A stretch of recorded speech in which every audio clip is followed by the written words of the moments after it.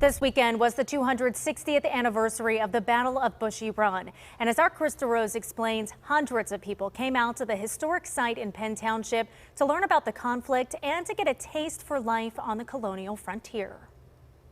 Today at Bushy Run Battlefield, folks got to travel 260 years into the past to experience a clash of European and native culture and the battle for empire on America's frontier.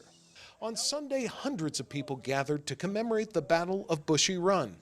The battle, which took place in August of 1763, was part of the conflict known as Pontiac's War, which saw a loose confederation of native tribes in and around the Great Lakes region that rebelled against the colonial British rule following the French and Indian War.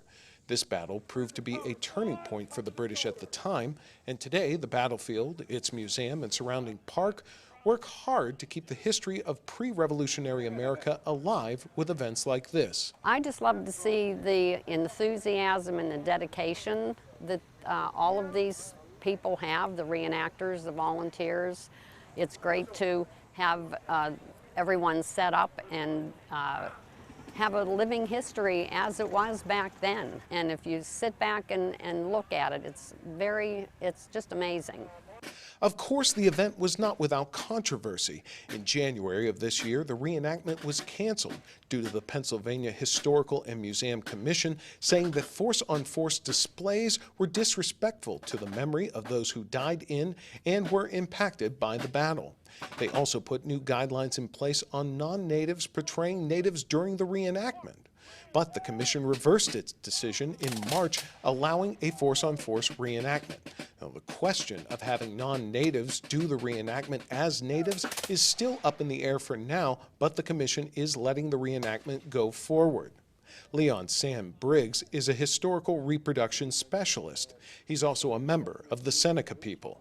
He says that preserving history, good, bad, and ugly, is important, even if it means white reenactors are playing natives.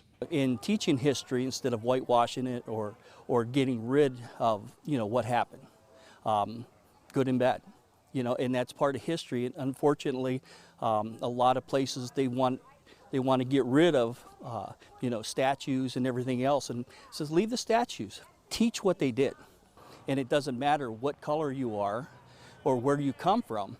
And a lot of times, race on race violence is worse than races against races.